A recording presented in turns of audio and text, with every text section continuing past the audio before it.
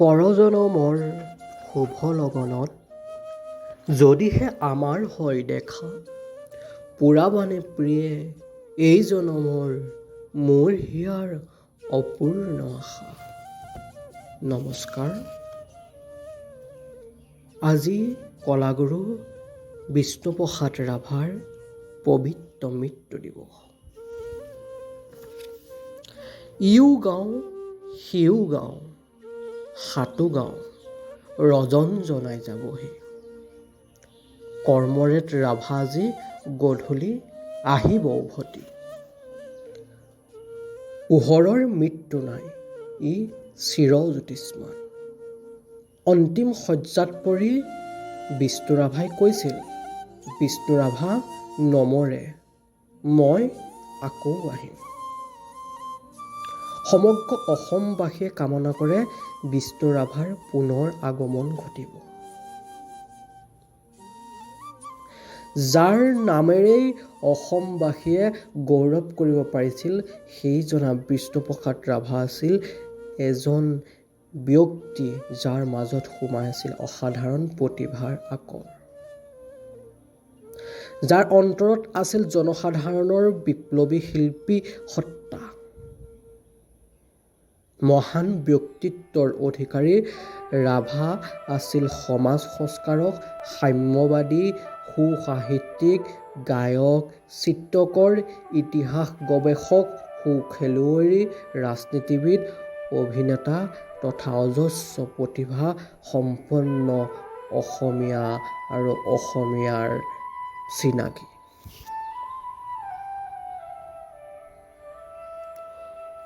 সংহতিৰ প্ৰতীক শ্ৰেষ্ঠ কলাবিদ ৰাভাদেৱৰ জন্ম হৈছিল 1909 চনৰ 31 জানুৱাৰীত বৰ্তমান বাংলাদেশৰ ঢাকা চহৰত। তেওঁৰ দেউতাক কৰ্মসূত্ৰে গোপাল চন্দ্ৰ ৰাভা আছিল এজন সশস্ত্ৰ বাহিনীৰ সুবেদাৰ মেজৰ। ৰাভাই প্ৰাথমিক শিক্ষা সেয়ে বাংলা ভাষাৰেই আৰম্ভ কৰিব লগা হৈছিল। তেওঁ শৈশৱৰ দিনবোৰ পাৰ কৰিছিল বিত্তবান আমোলাতন্ত্ৰৰ আবেষ্টনীৰ মাজেৰে। সুন্দৰ সংস্কৃতিবান ঘৰুৱা পৰিৱেশে বিষ্ণু ৰাভাৰ অন্তৰত শিশু কালৰে পৰা শিল্পী প্ৰাণ জগাই তুলিছিল। শৈশৱতে পিতৃ বিয়োগ হোৱাত তেওঁলোক ঢাকা চহৰ এৰি তেজপুৰত স্থায়ীভাৱে থাকিবলৈ লয়। তাতেই হাইস্কুলীয়া শিক্ষা শেষ কৰি 1926 চনত প্ৰথম বিভাগত প্ৰৱেশিকা পৰীক্ষাত উত্তীৰ্ণ হয় আৰু দৰং জিলাৰ ভিতৰতে সৰ্বোচ্চ নম্বৰ লাভ কৰি কুইন এম্প্ৰেছ বঁটাও লাভ কৰে। 1917 চনতে ঢাকাত এৰি অহাৰ সময়তে ৰুছ বিপ্লৱৰ প্ৰভাৱ ভাৰতীয় মুক্তি সংগ্ৰামীসকলো উদ্বুদ্ধ হৈ পৰিছিল। কিশোৰ বিষ্ণুপ্ৰসাদ ৰাভাও সেই সময়ত হৈ পৰিছিল বিদ্ৰোহী বিপ্লৱী। জাতি, বৰ্ণ, কুল, বৈষম্যৰ বিৰুদ্ধে সাহসেৰে থিয় দি সংগ্ৰামী ৰক্তপ্ৰবাহেৰে আপ্লুত হৈ সংগ্ৰামী সত্তা আগুৱাই লৈ গৈছিল।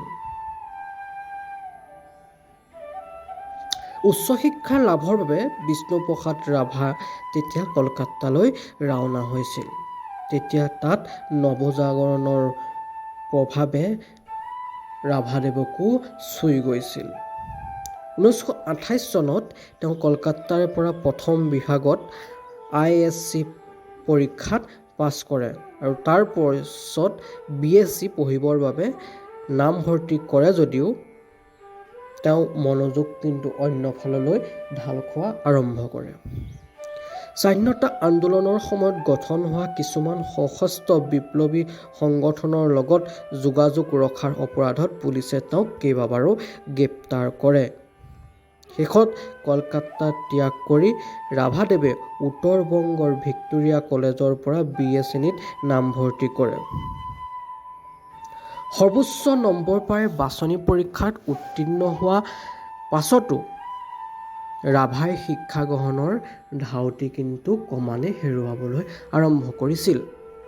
তেওঁ এফালে মন ঢাল খাইছিল ভাৰতীয় জনগণৰ বিপ্লৱী সত্তাৰ প্ৰতি।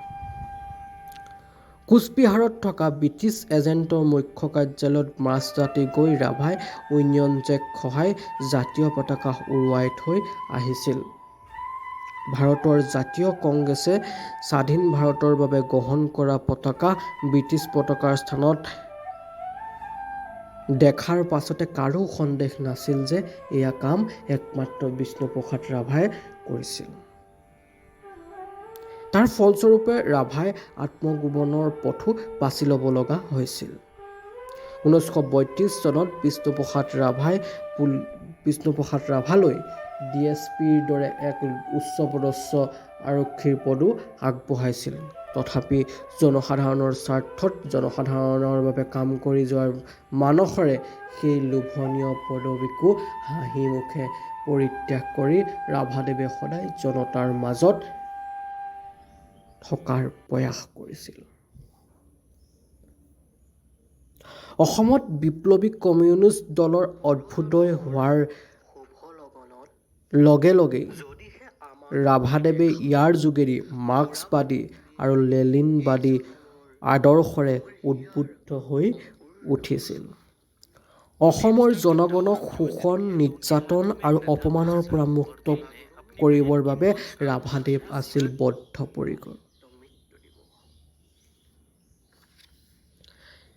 জনগণক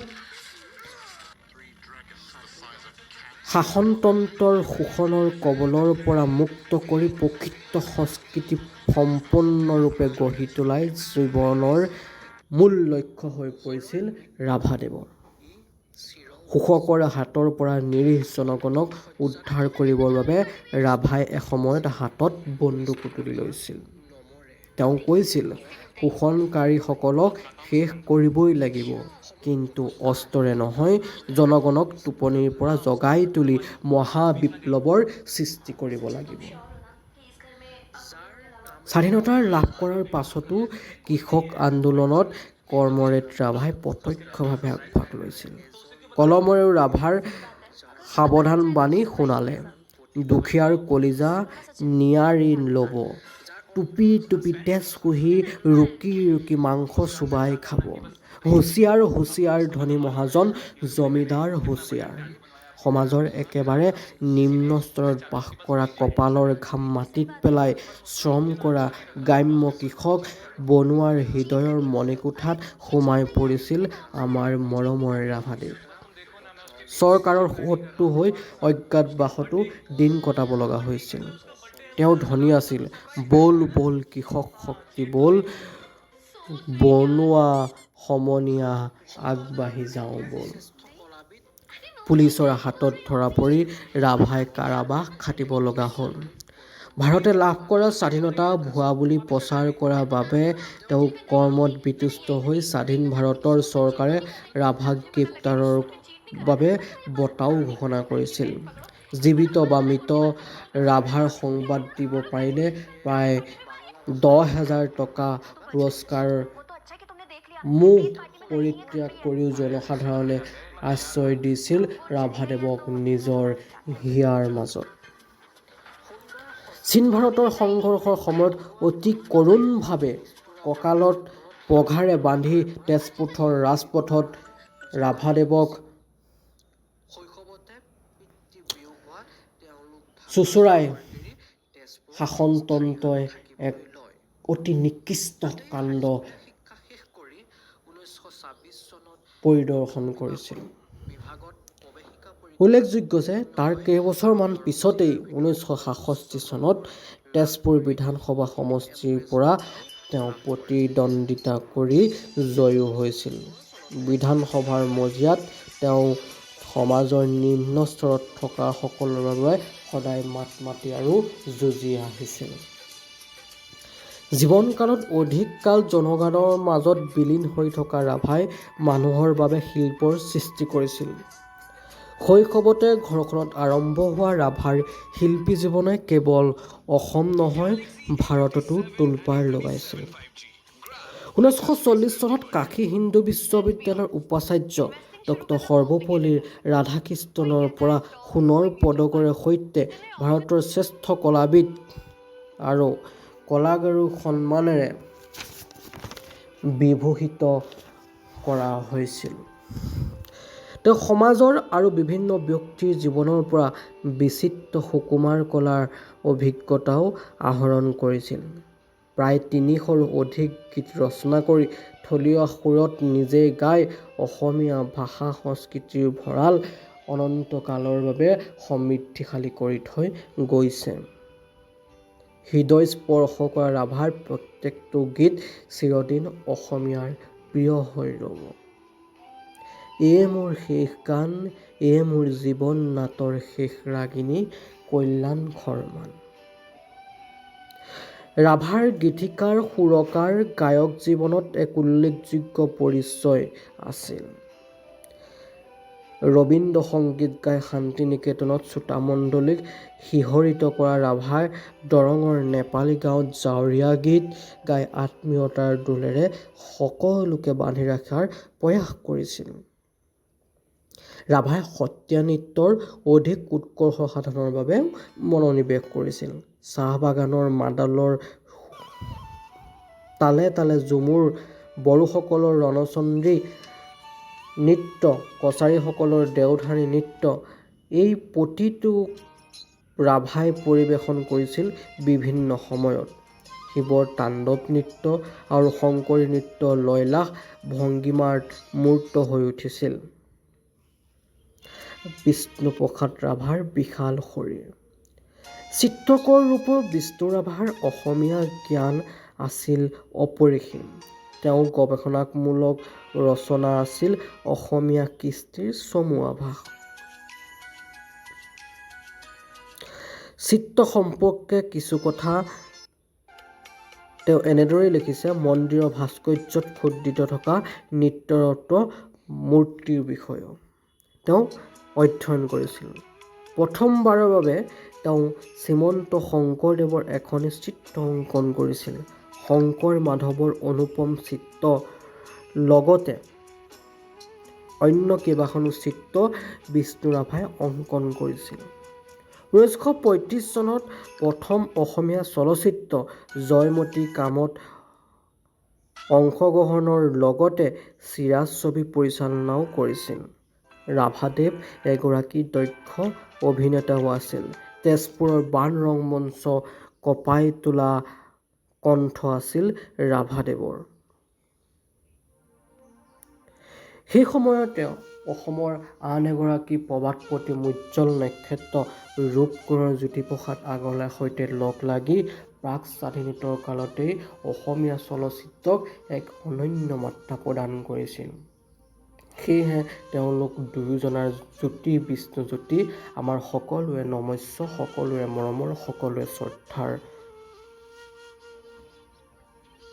বিভিন্ন জনগোষ্ঠীৰ বাদ্যযন্ত্ৰসমূহৰ চিত্ৰ আঁকি এলবাম প্ৰস্তুত কৰি সেইবোৰৰ বজোৱাৰ দক্ষতাও অৰ্জন কৰাই নহয়, তেওঁ তেওঁলোকৰ সংস্কৃতি ৰক্ষা কৰাতো মনোনিৱেশ কৰিছিল।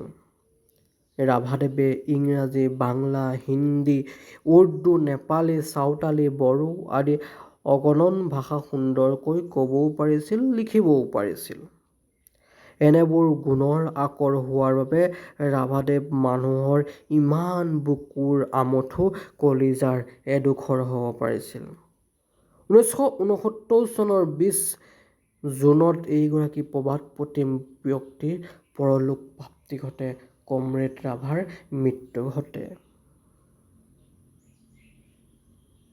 এহাতে কলমৰ সৃষ্টিৰে জনগণক উদ্বুদ্ধ কৰা অসমীয়া আৰু অসমীয়াৰ কলা-সংস্কৃতিৰ ভাষা চহকী কৰি থৈ যোৱা, আনফালে এহাতে আগ্নেয়াস্ত্ৰ লৈ সংগ্ৰামী সত্তা দেখুৱাই ব্ৰিটিছৰ ৰঙা চকু দেখুৱাই থিয় হৈ থাকি প্ৰতিবাদ কৰা এনে এজন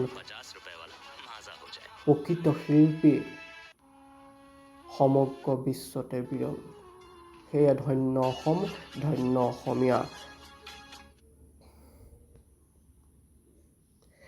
সেয়ে হয়তো অসমৰ সাৰ্থক জুবিন গাৰ্গ ডাঙৰীয়াও কৈ থৈ গৈছে, প্ৰকৃত শিল্পী আছিল বিষ্ণুপ্ৰসাদ ৰাভা, কমৰেড ৰাভা। প্ৰতিশোধ লাভ কৰা প্ৰায় 20,000 কৃষিভূমি দুখীয়া নিচলাৰ মাজত দান কৰি জীৱনৰ শেষৰ অৱস্থা অতি দাৰিদ্ৰতাৰ মাজেৰে পাৰ কৰিছিল। চৰকাৰে দিয়া উচ্চপদস্থ চাকৰি প্ৰত্যাখ্যান কৰি ৰাইজৰ মাজত আজীৱন জীয়াই আছিল।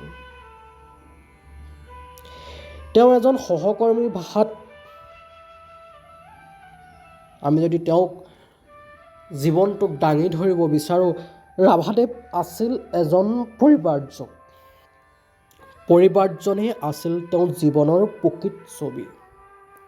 শিল্পৰ পৰা বিদ্ৰোহীলৈ, গানৰ পৰা ষ্টেণ্ড গানলৈ, গান্ধীৰ পৰা মাৰ্ক্সলৈ, ডিমাপুৰৰ পৰা মধুপুৰলৈ, মঞ্চৰ পৰা জনসাধাৰণৰ মাজলৈ, স্বাচ্ছন্দ্যৰ পৰা দাৰিদ্ৰলৈ আৰু লোকালয়ৰ পৰা অজ্ঞাতবাসলৈ ৰাভাদেৱৰ যাত্ৰা আছিল অৱৰুদ্ধ।